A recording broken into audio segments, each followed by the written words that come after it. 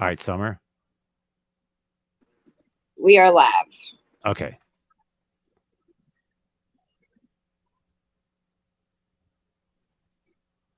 Okay. Are you going to talk first?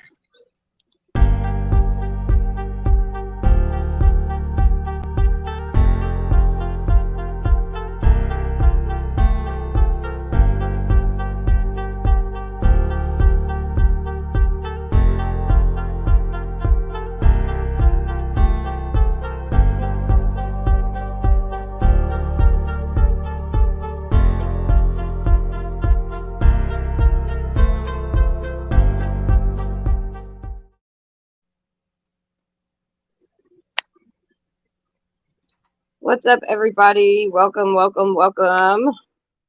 Hold on, let me get this off the screen. So, welcome tonight, you guys. We are going to start our series. It didn't just happen in Tulsa. And so, what tonight is going to what I'm going to do is I found some really good videos. And so, I'll play the videos. And welcome, welcome, welcome. And so I'll play the videos because I think these are really, really, really good videos that kind of explain what's going on. I hear a lot of people always talk about, like, can't people just move on? We need to focus on what's happening today. And I think that not understanding and learning history, especially valuable history that happened in our country, and the real history behind it, I think is very important. And so that's kind of why I'm doing this. I had some conversations with people, and me and my husband were talking, and I was just like, and I can tell people things all day long, right? But like, there are really good people that have put videos together that have all the information that we need. And so I thought, why not us kind of sit together and watch it? I'm going to say hey to the chat. What's up, Pat? Salute, salute. How you doing? Welcome. Dawn's in the house. Katrina's in the house. Peace and sunshine is in the house. What's up, everybody? But I just thought it was really good to just play these videos. And then what I am going to do is after I play the videos, I'm going to end the live. And then if people decide they want to have a discussion about the videos that I played, I can do another live. You guys just kind of let me know if you want to, have a discussion about it or whatever. And we can do that. It will be, if I do a discussion after this video, it will only be about the things that are in this video tonight. So, because I kind of want to, I want to see what people learn if they want to talk about it. If not, that's cool too. You know what I mean? This is probably the most I'm going to talk, except for, every great now and then, because you have to on YouTube. I think the videos that I played are really, really good. What's up, Hope? What's up? So I'm going to give it like a few seconds so people can get in if anybody else is coming before I start the video. Um, and I'm going to be doing a series. So next Tuesday at 9 o'clock, we will also be doing another part of a series to this. We'll focus on another area. I'll announce what we're going to do on my community page this week. That way people can kind of look forward to see what we're going to talk about. But, I know even since I've talked about it and found the videos that I wanted to play and, all that good stuff, there's a lot of people that don't know about it. You know what I mean? So, and I think it's really good to understand the history, because if you don't understand the history, then you can't move forward. So when I hear people all the time screaming, can't we just focus on today? Yeah, that would be awesome. And maybe if we learn from the past, then we won't make the same mistakes. Um, so, and so I'll do this series. And then once this series is over, I will do another topic on another hard topic that I think people talk a lot about, but maybe don't have the right education behind it. So again, I'm going to go ahead and start this video. So we're going to bring up, I want to say thank you to CK for my co-host tonight. He's kind of filling in, helping out so I can share some videos with you guys, because y'all know I'm bootleg. All right. Add to stream. I'm going to change my layout real quick because I want it to.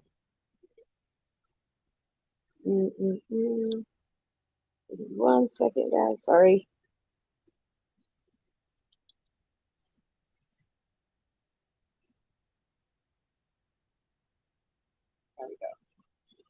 All right. If you could play the video for me.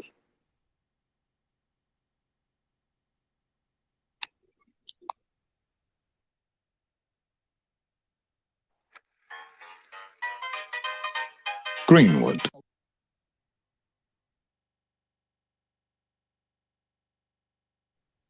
You have to unmute your mic. I have to unmute my mic. Yeah, because if you mute it, then we can't hear. Oh.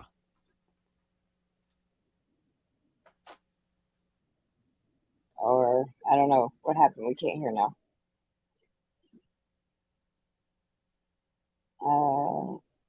Can we pause it? Because I don't know what's going on. I can't. It's not. Can you guys hear it, or is it just me?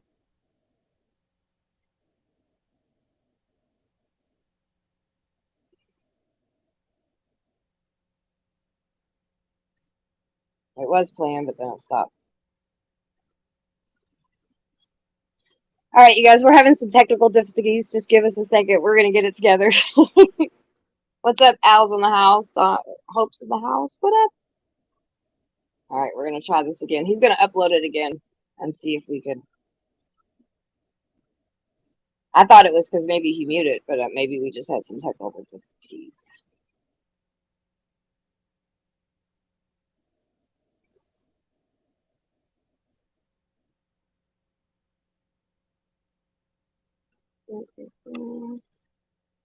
All right, let's try this again.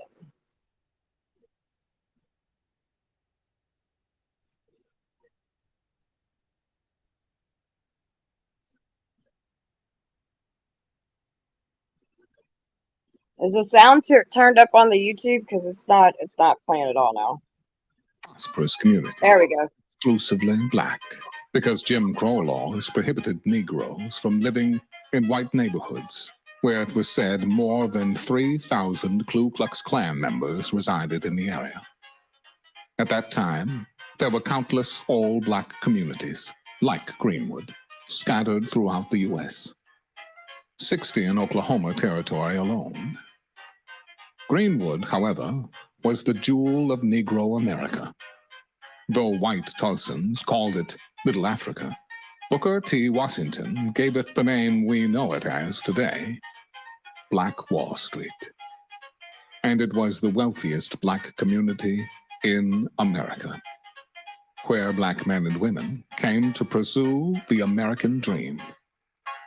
It boasted black-owned banks, pharmacies, grocery stores, movie theaters, restaurants, churches, newspaper publishing, law offices, a bus company, its own school district, where the average student wore a uniform with a suit and tie, a business college, a hospital with an entire black staff, and an internationally acclaimed surgeon. Black millionaires, which Greenwood was known to have had more millionaires residing there than the entire United States combined. And of the only 2 airports in the state of Oklahoma, one of them was for the half-dozen private airplanes owned by its black oil tycoons. To top it off, the minimum wage and living standard of a resident of Black Wall Street far exceeded that of the average white citizen of Tulsa.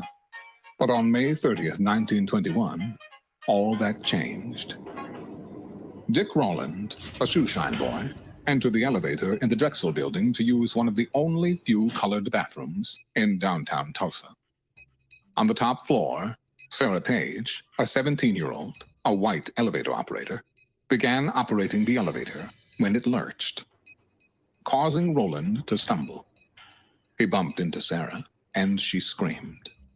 Rowland, knowing what Frederick Douglass had penned as the truth with regards to the treatment of black men in America, to be accused was to be convicted, and to be convicted was to be punished. In this case, punishment, when it came to the accusations of a white woman, meant death, and knowing her scream was a likely death sentence. Young Rowland ran away. He was later seized and apprehended with the intent of being lynched. Word of a Al said, I lived in Oklahoma for 4 years. That was enough for me. Yeah, I think it's important to learn this and just how the history of Tulsa, Black Wall Street, and everything that happened with it. So that's why I'm playing it tonight. And I just want to say thank you guys. And I'm just talking because that's what you have to do during YouTube so I don't get in trouble. So, okay, go ahead, push play. With the intent of being lynched. Word of a black man raping a defenseless white girl spread throughout the Tulsa area. Dozens and then hundreds until a mob of over 2,000 white men gathered at the county courthouse demanding justice. But justice for what? Sarah Page wasn't assaulted. Her clothes weren't ruffled. And though her story wavered during questioning, she ultimately affirmed she was not harmed. Moreover, she refused to sign a statement saying that she had been raped. But don't let the facts get in the way of a false accusation of a black man who needed to be put in his place at the end of a rope. The Tulsa Tribune reported, "A Negro assaults a white girl. and later, To lynch Negro tonight." with no basis in fact for the allegations of rape, the mob persisted in their demand for justice of a white girl who emphatically stated that no injustice had been done. Walter White of the New York Evening Can you Post pause this? wrote, Chief of Police John A. Gustafson. I do want to just kind of point out that, again, make sure that you hear that. You know, she said, hey, did nothing happen. So, again, just pausing because YouTube makes you. Okay, go ahead. Chief of Police John A. Gustafson, Sheriff McCullough, Mayor T.D. Evans, and a number of reputable citizens, among them prominent oil operator, all declared the girl had not been molested, that no attempt at criminal assault had been made. Victor F. Barnett, managing editor of the Tribune, stated that his paper had since learned that the original story that the girl's face was scratched and her clothes torn was untrue. and there you have it, fake news. But the damage had already been done, and the wheels were set in motion. Imagine that, Armed fake black news. World War I veterans were among the less than 100 members of the Greenwood community who came to prevent another lynching of a black man, as thousands had been lynched since the generation of Reconstruction. A verbal confrontation led to a shot being fired, triggering what would soon become the most bloody racial conflict in American history. Some 500 members of the white mob were armed and deputized by city officials, and those who didn't own weapons looted stores to obtain guns and ammunition along the way. Thousands of angry white men descended upon Little Africa, as a few white families provided sanctuary to those fleeing from violence. Over the course of 24 hours, the mob looted, murdered, and razed the wealthiest black city in America to the ground.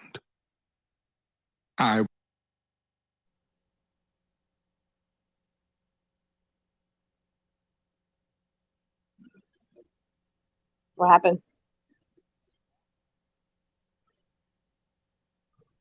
Oh, I said I paused it. This is fucked up. I never heard this.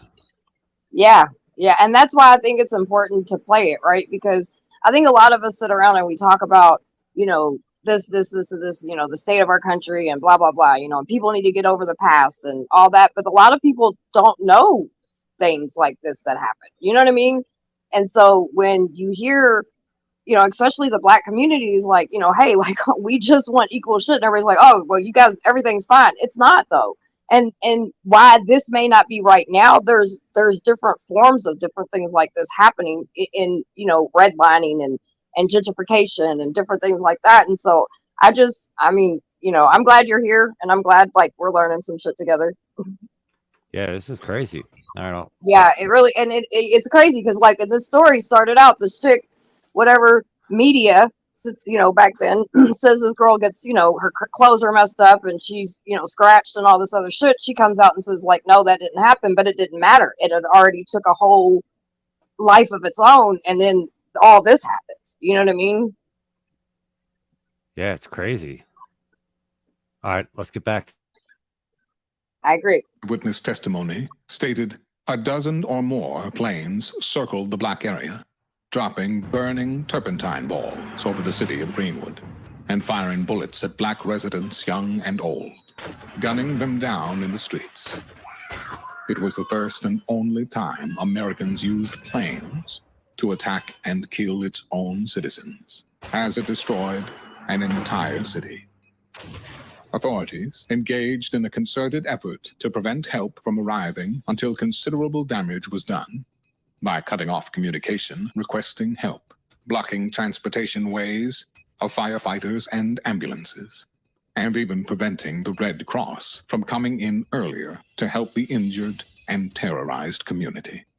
As they passed the city's most traveled street, they held both hands high above their heads, their hats in one hand as a token of their submission to the white man's authority.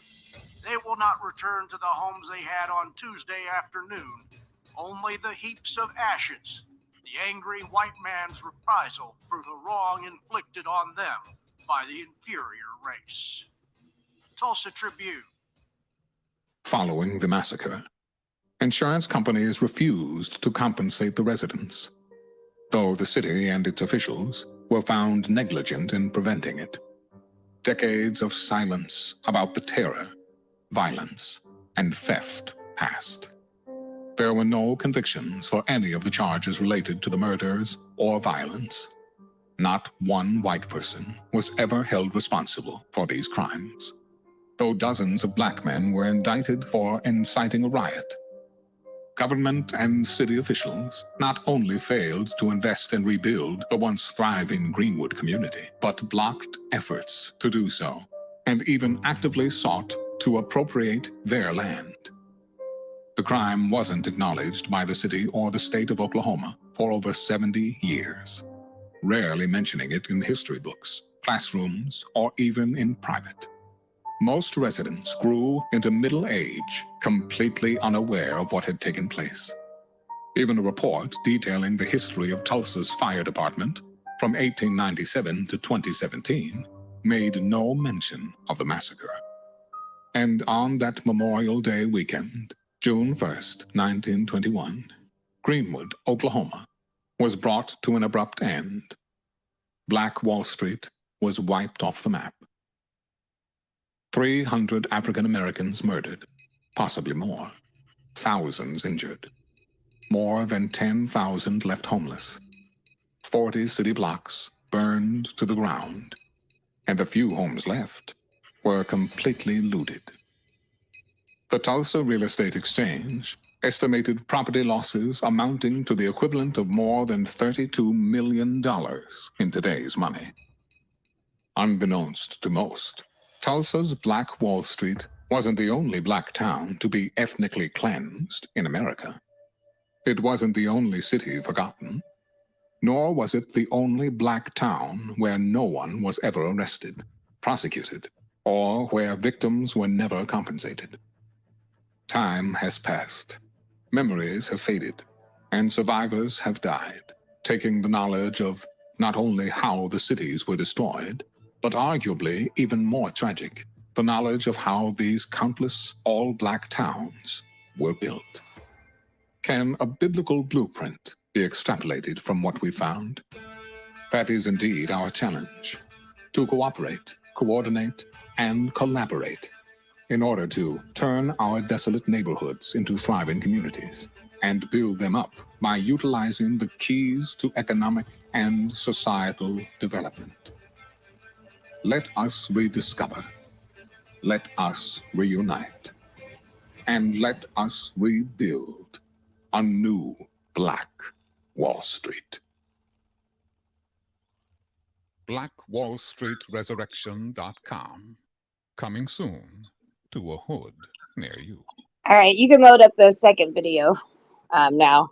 And I think it's a really good thing to learn about, because I know a lot of people, and always, I think it was Always Be Kind said that she knew about this, and there are people definitely that know about, obviously, the real history of things that has gone on, but there is also a lot of people that I know don't, you know what I mean? And so I really appreciate the video that was played, and I'll have actually Katrina, can you place both videos that I'm playing tonight in the comments, because of course if you guys want to go and check it out, they also have a bunch of, both channels have a bunch of videos about history and things like that, so you can look at that. But and so now the next video that I'm gonna play, I like to do a here and there now type of thing, right? Like, you know, so we just watched what happened, which is very significant in history and should be told. And it was very wrong what happened, you know, very, very wrong. You know, I don't see nothing wrong with communities building themselves up and having things, you know, we always talk about like I don't know, having, you know what I mean, like having a black doctor, a black nurse, or if you're Latino and you see, you know, somebody that's a Latina nurse or doctor, or if you're gay, or if you're, you know, whatever, like exclusive, like, right? And so it gives people goals to do things. Just like, you know, if we sit there and I see a woman that's, you know, a CEO of a company, it's gonna make me want to do things, you know what I mean? So I don't see anything wrong that was happened. And it's really sad that over a lie and the way media and the way racism and prejudice and all of that stuff especially existed then, was the cause of that all to happen, for Black Wall Street. And so I looked into another video because I wanted to see like what kind of is going on right now, you know what I mean, like how is that community, even though that was so long ago, you know, in some people's eyes and minds, how has that community changed, or what, you know, what has happened since all of that's happened. And so I did find a video kind of that plays that. So we're going to play this video next. And I think it's important to see stuff like that because you see where, you know, what happened. I mean, a whole community was wiped off the map for nothing, off of lie and hatred and fear, in my opinion. So I want to see what it's doing now. So let's check it out. I'm going to pull that video up.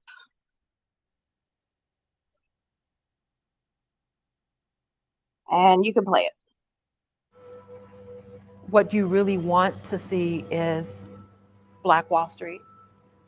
You want to see the Greenwood District thriving with hundreds of Black-owned businesses lining the streets of Greenwood. However, much of the property today does not belong to African Americans. It's a gift to be able to say you come from such amazing people and that you're on the grounds of what used to be something the world had never seen before. I've always felt the connection to Black Wall Street and to rebirth it. The Tulsa Massacre of 1921 destroyed nearly 200 businesses in the area that came to be known as Black Wall Street. Now, entrepreneurs and activists are pushing to carry on its legacy. They're advocating for more Black-owned businesses and property ownership amid gentrification that's reshaping the historic Black neighborhood. The Greenwood District of Tulsa, Oklahoma, was once a center of Black wealth in the early 20th century. Located north of railroad tracks that divided Tulsa during segregation, it was home to thousands of Black Tulsans and their businesses. But in 1921, white mobs attacked the district, killing dozens of Black residents and destroying about 35 square blocks over the course of one night. Researchers say the damages filed in court cases decades ago total over $22 million in today's dollars.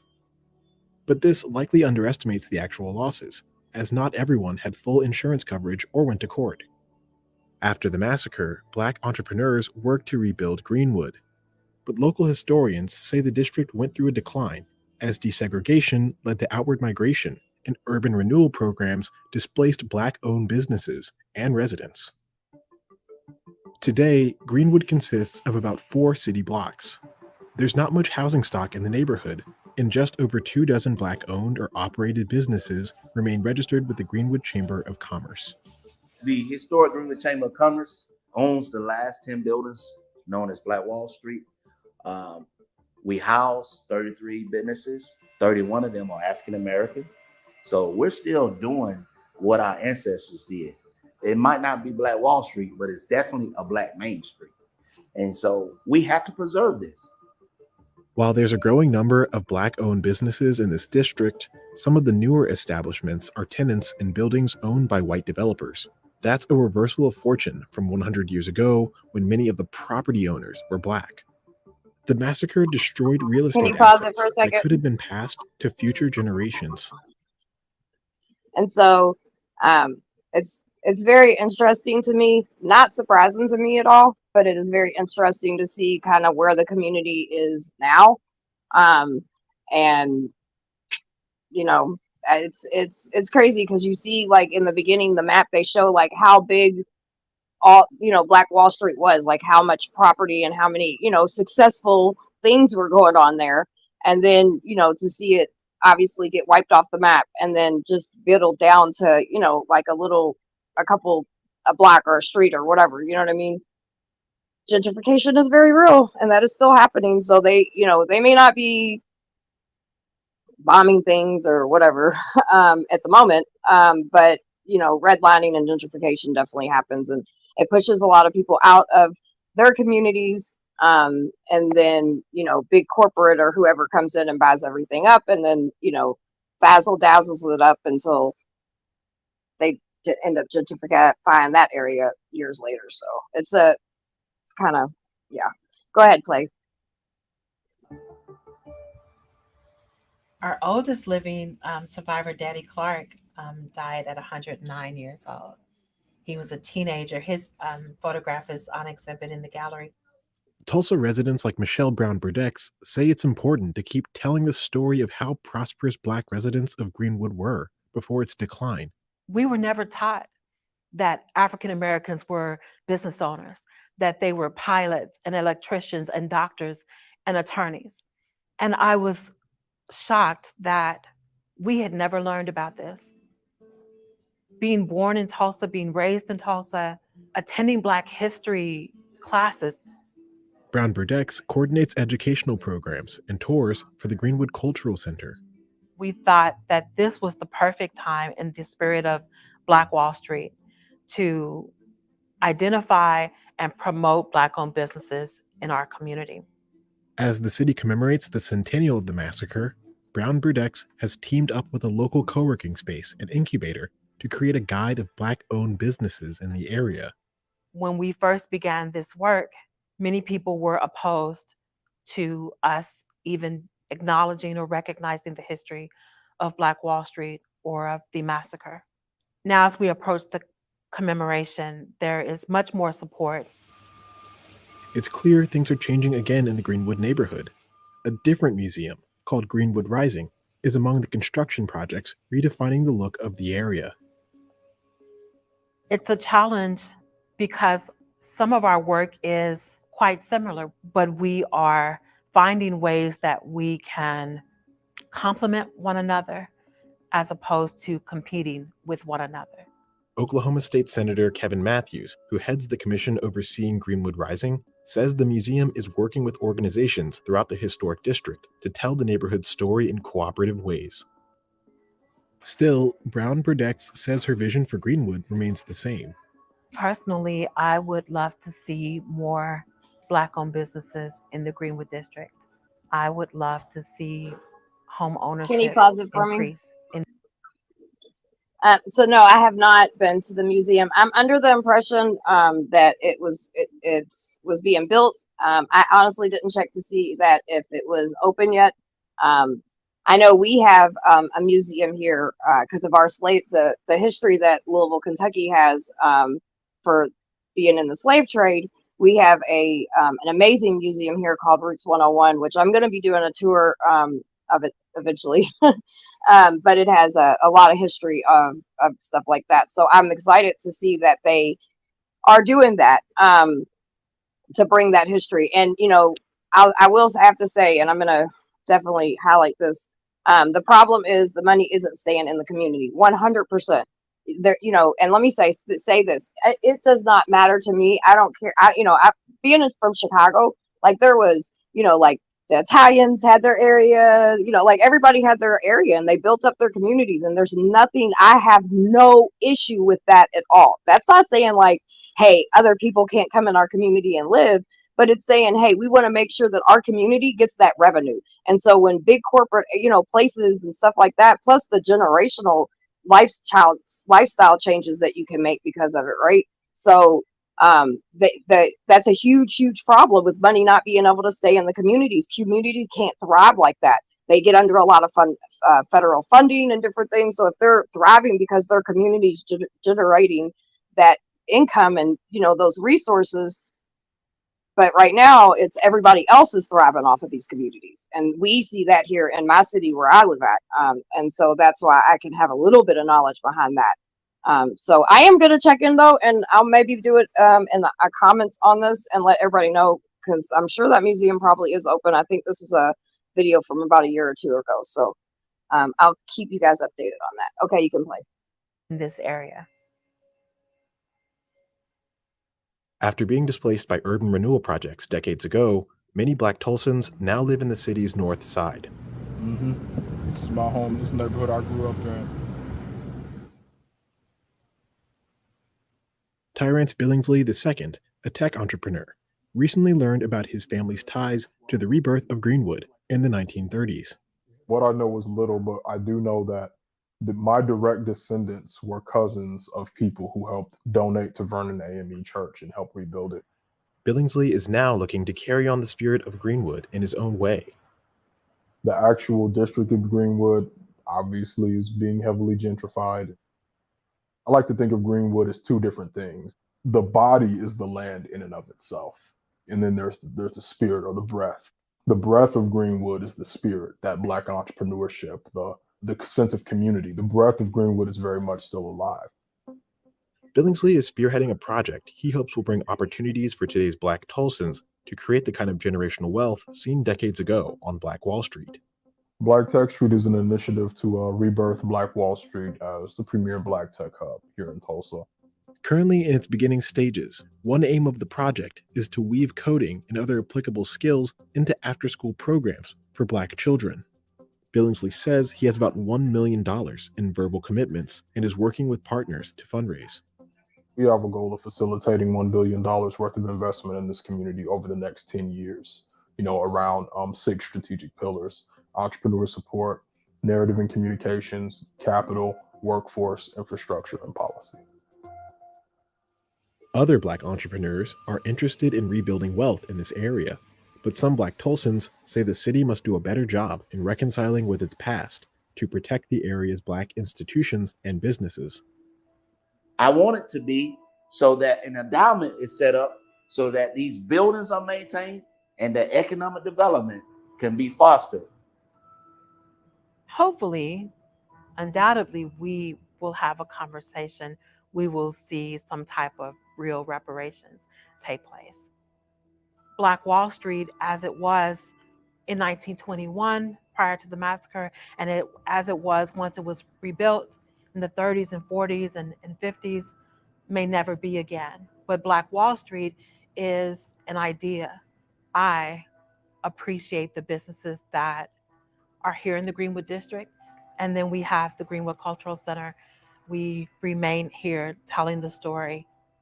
We are actually looking forward to the next 100 years.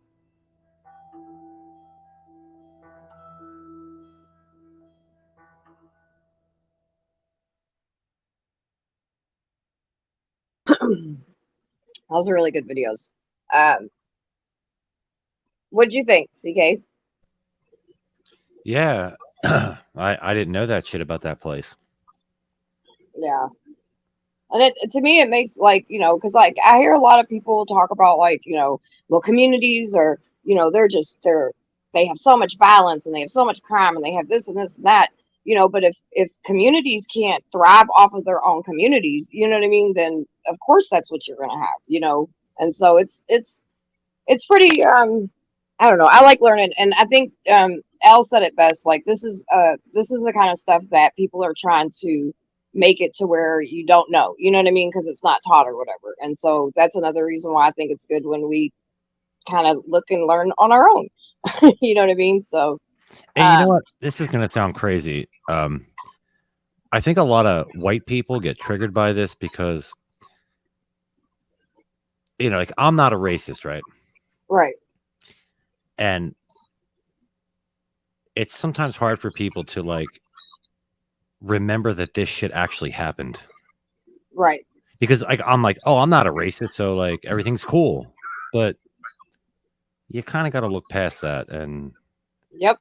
Knowing this shit, wow, it's well, and that's kind of the point, right? Because I think in the last couple years, and well, I mean, it's been kind of my thing my whole life, but like, especially in the last couple of years, I've noticed a lot of people that are like, oh, I just wish people, oh, there's so much violence in these communities, or there's so much violence over here, or why can't people just move forward, or why can't, and it's like, wait a minute, no, because we can't, because one, history's not being taught. Two, history is repeating itself. I mean, again, communities might not be getting bombed or whatever, but like redlining and gentrification is very real.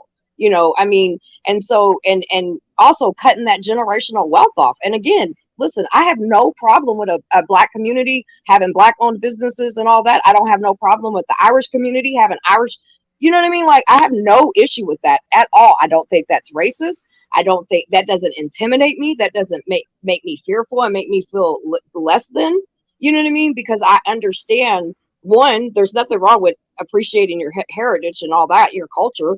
And two, again, it really goes back to communities cannot thrive and generations can't change and grow if we keep doing things like this. And so again, yeah, I used to live in a neighborhood in South Philly called the Italian Market. Right. And then 10 blocks away from that was Chinatown. Yep. Yeah, 100%. And that's okay. That's not racist because there's Chinatown or there's the Irish, or whatever. Because in Chicago, like, there's the Russian side of town, there's the Black side of town, there's the Italian side of town, there's the Latinos. You know what I mean? Like, everybody, but then everybody comes together. And that doesn't mean just in those communities, those nationalities are just living there. That just means mostly the business and things and property that it's up there, they own that. Now, all kinds of people live there because we all, I mean, especially nowadays, we all are mixed up, thank God. You know what I mean? But again, the Irish owning things, the Italians owning things, the, Black people owning things, like, there's nothing to me that doesn't make me feel less than, that makes me go, okay, great, we're finally fucking getting it. Because until we get it, until communities start in my opinion, until communities start taking, and saying, hey, look, this is what needs to happen. It's been laid out. Here's a prime example that it worked well. They had hospitals, banks. I mean, more millionaires lived in that community than in the country.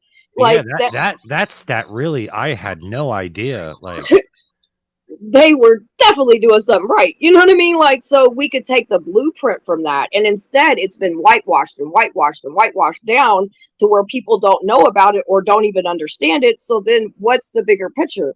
The blueprint to a successful community is not going to be there. So we have to get past our insecurities. And if you're not a racist, or even if you don't know, it's okay to learn. You know what I mean? Like, there's nothing wrong. There's a lot of people that don't know I don't know everything. I learned because I decided to jump into YouTube and go, I hear all these people talking, let me talk about it. Or it's a lived experience because I live in a gentrification community. I live in a redlining community. I see what's being done. You know what I mean? I told you where I live. Like, I live in the fucking UN over here. 100%. I got all and that's what's beautiful about it. And that's why I want to also point out, because even my husband said that. He said, babe, he said, make sure he goes, make sure you point out, just because it's Black owned or just because it's Italian owned or Chinatown or whatever, that doesn't mean that that's the only people that live in that community. I mean, in the very big, when they were talking about when the riots and all that kind of stuff happened, like, there were people that gave safe haven and helped, you know what I mean? But then there were a lot of people, because they believed some crazy media thing, that went in there and killed over, well over tons of people and wiped a whole successful city, in some sense. Because that's what it looked like to me, compared to what it is now. They have a street? Like, nah. And so, and I do think that it's all of our responsibility. I don't think it's just, I think it's all of our responsibility to learn. So that's kind of why I wanted to get into these little series. And, like I said, if you guys have an idea or there's a topic that you want to talk about or you want to learn about, email me, because on Tuesdays, that's what we're going to start doing. And again, I can only these are all my opinions. Obviously, I was not in Tulsa and things like that. You know what I mean? But I think it's very important to talk about and to learn, because again, if successful communities can happen. That's what I see from that. I see that people can do amazing things, and they can build up, and they can build from nothing and do everything, you know. The fear and the hatred and all that kind of stop that, you know. So we can't do better if we don't know, if we don't learn from the mistakes. So next week I'm going to be doing, I think I'm going to announce it because I can't remember off top, but we're going to be talking about, I mean, people don't even know the history of Central Park, and, you know, a couple other different things that happen in our area. So yeah, you know, and then I think I want to do a thing on Irish, the railroad, the built of the railroad, Irish slavery. Like, I want to do a whole little thing about slavery, which of all of it, because I think there's a lot of people that they talk about things, but they don't understand everything, you know, and they get fearful from it, and it's nothing to be scared of. It's something we need to learn. It's okay to learn. Yeah, and the the fact that there are more slaves today than there ever have been. 100%. And that's, so when I do that, you know, thing, I'm probably going to start off doing it at the roots and things like that, and covering like my husband's history and with his family, and just with, you know, black slaves in general. But then also move on. I also want to do a series on the Irish slaves. I want to do a series on, you know, modern day slavery, like, not series, but that'll all be in that series. Like, there'll be an episode of each one. Because I think that we can't, you know, again, we can't move forward until we can acknowledge what's going on. And we haven't, because that's why there's more people being bought and sold today than ever in history. And we name it human trafficking, right?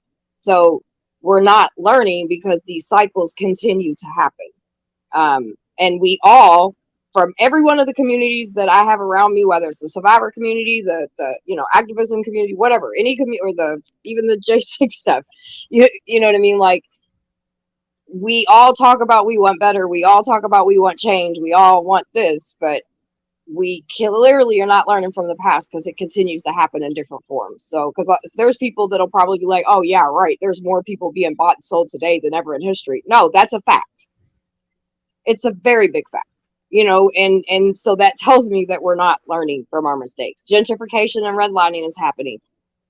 You know what I mean? If they're not bombing neighborhoods, but they're shutting people out of their homes. Like, that's real. That's happening. So we got to do better, and we got to learn, and it's okay to learn. Yep.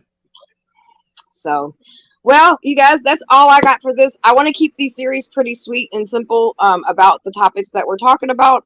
Stay tuned to my community page, and I will let you guys know next Tuesday what we will be doing. Same kind of thing. I feel like I don't need to teach you guys and tell you guys about these things. There's a lot of educational, amazing people that have put these videos together. And so, again, their links are in the comments, so you are more than welcome to hit their links, go like, subscribe, all that good stuff. And we will see you guys Tuesday at 9 o'clock with our next series. Everybody have a wonderful night, and be a part of the solution, not the problem.